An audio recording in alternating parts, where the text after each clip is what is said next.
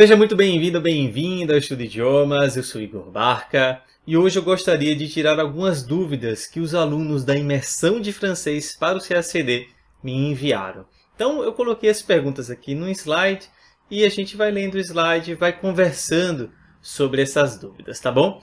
Bora lá então, bora começar. Então, a primeira pergunta é a seguinte: as provas anteriores a 2017 têm alguma utilidade para a preparação? Olha, utilidade pode ter, assim, porque ela tem textos interessantes. As provas têm textos interessantes, né?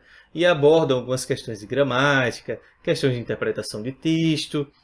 Você pode encontrar alguma utilidade nessas provas, sim, mas eu não aconselho que você faça isso, porque assim, eu acredito que seja uma perda de tempo, sabe, acessar essas provas. Apesar de terem uma certa utilidade ou terem alguma utilidade, porque enfim, é o conhecimento da língua francesa ali que está envolvido, mas eu acredito que o novo formato da prova é completamente diferente do que era anteriormente, né? Questões de certo e errado e de interpretação de texto, gramática. Hoje em dia, a gente precisa fazer um resumo e uma versão.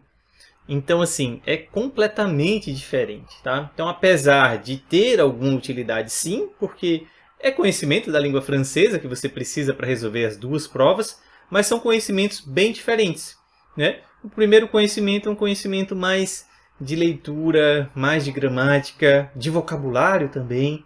E o segundo conhecimento, além de tudo isso, além de ter vocabulário, gramática, leitura, você precisa saber escrever em francês, tá? Então é aí que mora a diferença na escrita, né? Então, para você aprender a escrever em francês, são outros processos diferentes do que para se preparar para uma prova de certo e errado, tá bom?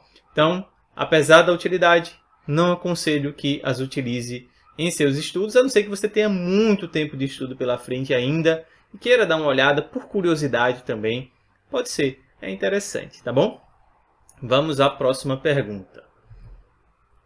Na próxima pergunta nós temos o seguinte: em qual momento da preparação é importante começar a de fato escrever textos em francês, sem se sentir frustrado com tantos erros? E em qual momento é importante ter um professor para corrigir as produções textuais? Olha, vocês podem estar falando aqui que eu estou meio enviesado, né? Porque eu sou professor de francês para o CACD. Mas a minha opinião é que você precisa produzir textos desde o início da sua preparação, né? Então, comece a produzir, aprendeu alguma coisa, algum tópico gramatical, já escreva algumas frases com aqueles tópicos gramaticais. Eu aprendi a me apresentar em francês, escreva uma apresentação sua, escreva sobre a sua família, escreva sobre a sua cidade, comece a escrever pequenos textos em francês desde o início da sua preparação, porque isso é essencial, é isso que você de fato precisa praticar, é isso que você precisa aprender e dominar para fazer uma excelente prova. Então a escrita tem que estar presente desde o início da sua preparação. Em relação à segunda pergunta, em qual momento é importante ter um professor para corrigir? Desde sempre também. Então começou a escrever, já tem ali um professor ao lado que possa fazer essa sua correção, que possa lhe orientar também, né, sobre os erros que você tem cometido, e lhe ajudar a saná-los, tirar algumas dúvidas suas que possivelmente você terá, né? Então, eu acho importante que você tenha um professor e que produza textos desde o início da preparação, certo? É claro que hoje nós temos a inteligência artificial, né? Então, o ChatGPT pode lhe ajudar, com certeza. Outro dia eu vi no Instagram um aluno utilizando, né, o ChatGPT para corrigir os textos que ele tinha produzido sem passar pelo professor. Interessante, é uma opção. Você também pode fazer isso. Só que o ChatGPT ele não vai lhe explicar, né, o porquê daquele erro que ele corrigiu. Você vai ter que ficar perguntando, às vezes ele não responde tão objetivamente, né? Você vai ter que ficar quebrando a cabeça para fazer com que ele responda a sua pergunta. E o professor não, o professor já disse: olha, você errou isso por causa disso, inclusive esse é um tópico gramatical que funciona assim, funciona assado, né? O ChatGPT ele vai corrigir o seu texto perfeitamente. com certeza, mas não vai dizer o porquê dos erros exatamente e como você pode melhorar o seu francês a partir daquela produção, tá bom? Então, é isso que vai faltar nessas correções automáticas, né? Mas é óbvio que você pode fazê-las também, você pode se aproveitar. Ah, escrevi um texto pequenininho, eu não quero passar para o professor Igor esse texto, foi um texto que não tem nada a ver com exercício, né, também. Beleza, coloca lá no ChatGPT, ele vai lhe corrigir, você vai tentar entender, né, o porquê das correções, porque isso é o mais importante, né, gente? Não é ter um texto perfeito, corrigido, perfeitamente corrigido, não. É saber como você vai fazer para não errar da próxima vez, como você não vai errar nos próximos textos, como você pode melhorar a sua escrita, tá bom? Muito bem. Próximas perguntas, bora lá. Que estratégias utilizar para preservar, promover ou tentar desenvolver a paixão pelos idiomas dentro do contexto do concurso? Olha, de fato essa é uma pergunta bem difícil de responder, né? Mas o que eu faço quando eu não gosto muito de estudar um idioma? Então, quando eu quero de fato estudar um idioma de forma apaixonada, eu estudo o que eu gosto de estudar. Por exemplo, se eu gosto de estudar literatura, né, um exemplo meu, né, gosto da literatura, então eu vou estudar literatura naquele idioma. Eu vou estudar literatura em francês, vou estudar literatura em inglês, em espanhol, em alemão, né? Então vou ler aqueles livros literários. E como, claro, você está iniciando no francês, eu acredito, né, que você esteja iniciando, você não vai ser capaz ainda de ler um Albert Camus, né? Mas você vai conseguir ler textos literários adaptados para o seu nível, para o nível A1, para o nível A2, né, que são os níveis iniciantes. Então, eu aconselho sim que você leia sobre o que você se interessa, sobre o que você gosta, mas é claro, precisam ser textos do seu nível, né? Ah, eu gosto muito de música, certo? Ouça a música, mas pegue as letras para estudar, né? Pegue as letras para estudar, vai lhe dar um trabalhinho a mais, porque as letras não são feitas para estudantes de idiomas, né?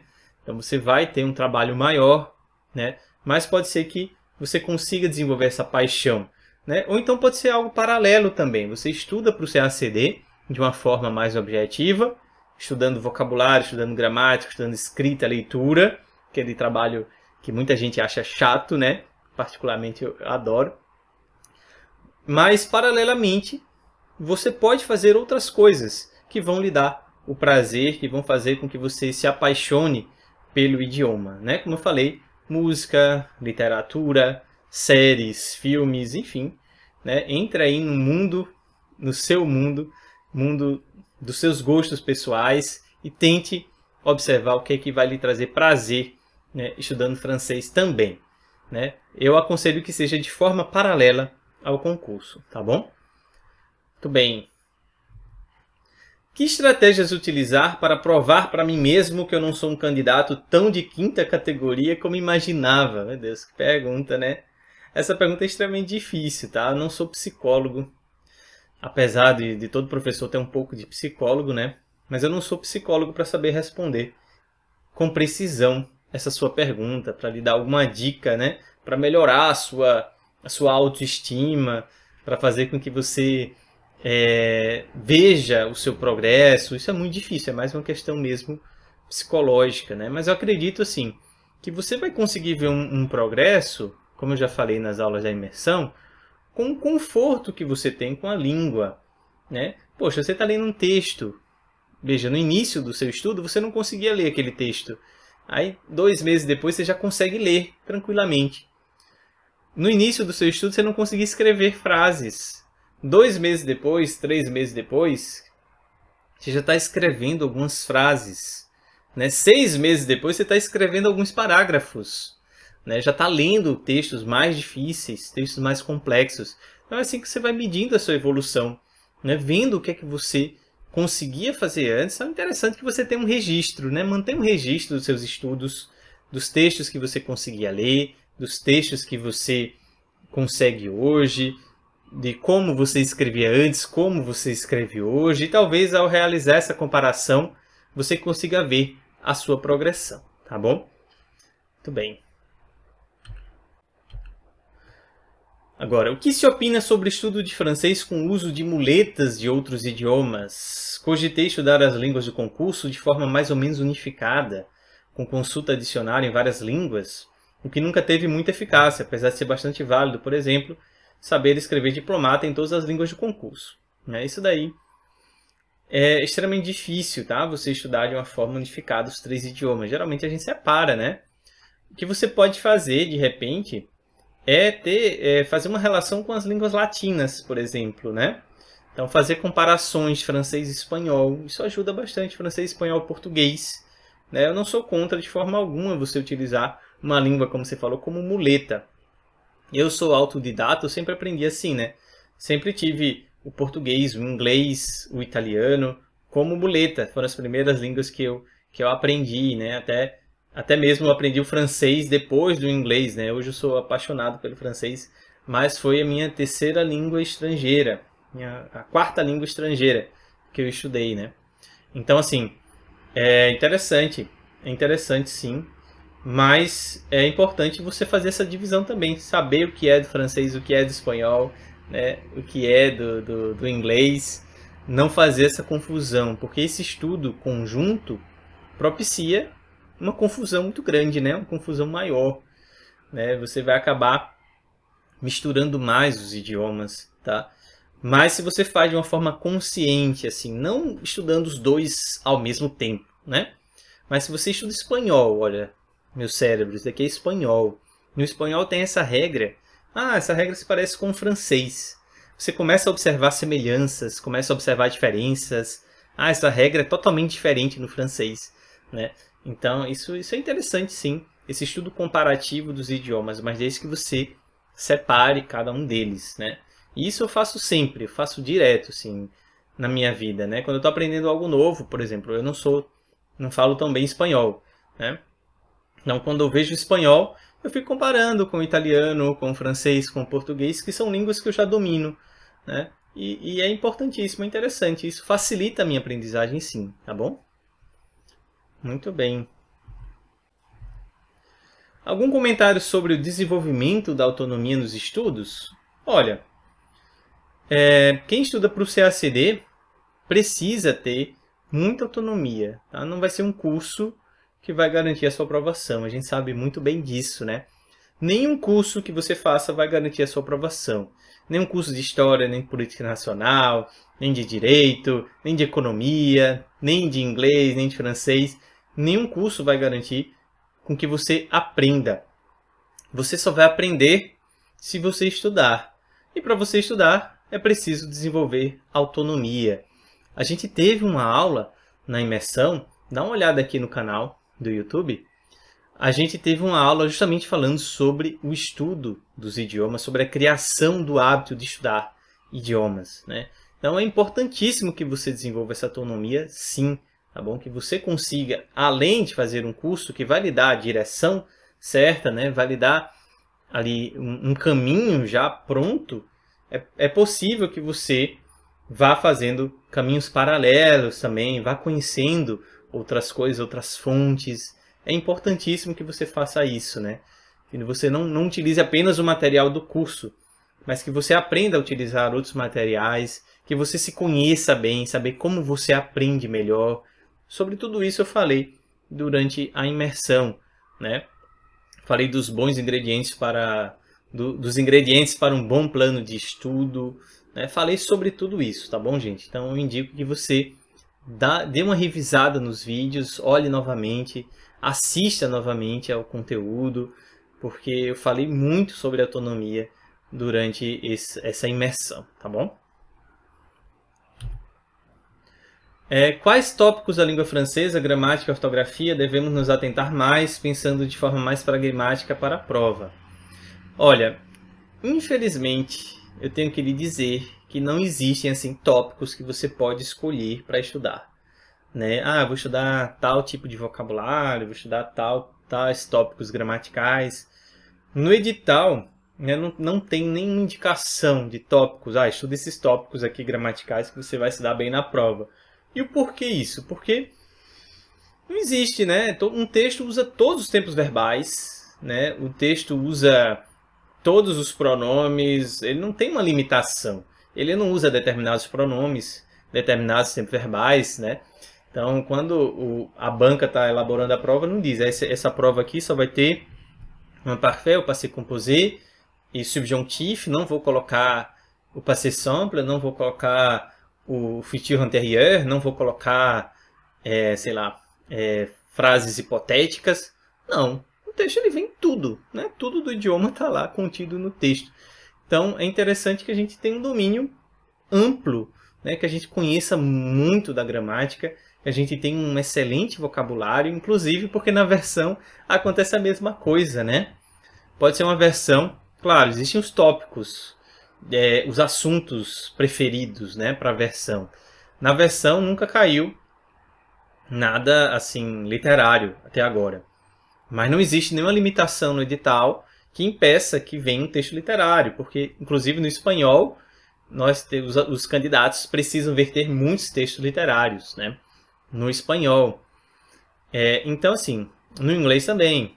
Então, eu indico que você não se limite nos seus estudos, né? Não existe uma forma bem pragmática para estudar, assim, em termos de seleção de conteúdo. O pragmatismo que você vai ter é em estudar os modelos da prova. Então você vai pegar uma versão, né? Vai fazer uma versão, você vai aprender a fazer um resumo, né? E sempre com os textos do nível da prova. Isso quando você chegar lá, né? No nível da prova. Tá? Enquanto a gente está caminhando para esse nível, que seria um nível, o pessoal gosta de comparar, né? Ah, que nível é? É A1, A2, aquele quadro comum europeu. Vamos dizer que seja o C1. Tá? É um nível extremamente avançado mesmo, né? Então, para ter um excelente resultado, né? Estou falando aqui. Não estou falando assim para você fazer a prova. Fazer a prova você pode fazer agora, com o seu nível, né? Mas para ter um excelente resultado, você precisa de um bom nível. Um nível C1, um nível B2, tá? Mais ou menos isso. Então, assim, vá praticar quando chegar lá nesse nível com os exercícios da prova. Enquanto isso, você vai tentando dominar, né, a gramática, tentando adquirir mais vocabulário para enriquecer, né, o seu vocabulário. Então, é esse tipo de treino que a gente tem que fazer. E é claro que a gente vai aprendendo também, né, nessa caminhada que é longa, a gente vai aprendendo também a fazer versão, a gente vai aprendendo também a fazer resumos, né? Então, isso vai ser importante, tá? Mas entenda que não existem conteúdos que eu possa dizer, estude tais conteúdos da gramática, tais conteúdos do vocabulário, que você vai se dar bem. Isso, infelizmente, não existe, né? Como eu falei, nos textos do Le Monde Diplomatique, por exemplo, que é a principal fonte do concurso, né? Tem sido a principal fonte do concurso até então. No ano passado não caiu exatamente o Le Monde Diplomatique, mas foi algo relacionado ao Le Monde Diplomatique, que é uma revista, né, chamada Manière de Voir, que é uma revista do Le Monde Diplomatique, né? Então, é interessante, certo? Quando você chegar mais próximo do nível da prova, estude bastante vocabulário do jornal Le Monde Diplomatique, da Manière de Voir, né? E também, claro, esteja preparado se cair alguma coisa relacionada à literatura, né? Então, é importante, por isso, ter esse amplo vocabulário, porque não existem limitações do tipo de texto que podem aparecer na sua prova. Não existem limitações de assuntos que possam aparecer na sua prova, né? A gente pode dizer o que aconteceu até agora. Foram assuntos relacionados à política internacional, à cultura, à língua, tanto no resumo quanto na versão. Na versão tem bastante coisa sobre diplomatas brasileiros, né? Barão do Rio Branco, cai um texto sobre o Guimarães Rosa, né? Então, é interessante você ter essa visão, tá bom? É isso, gente. Eu acho que não tem mais perguntas, então vamos ficar por aqui. Espero que eu tenha conseguido responder a todas adequadamente. Se ficou alguma dúvida, basta entrar em contato novamente comigo, tá certo? Porque eu terei o maior prazer em conversar com você sobre a preparação para o CACD. Merci et à la prochaine. Tchau, tchau.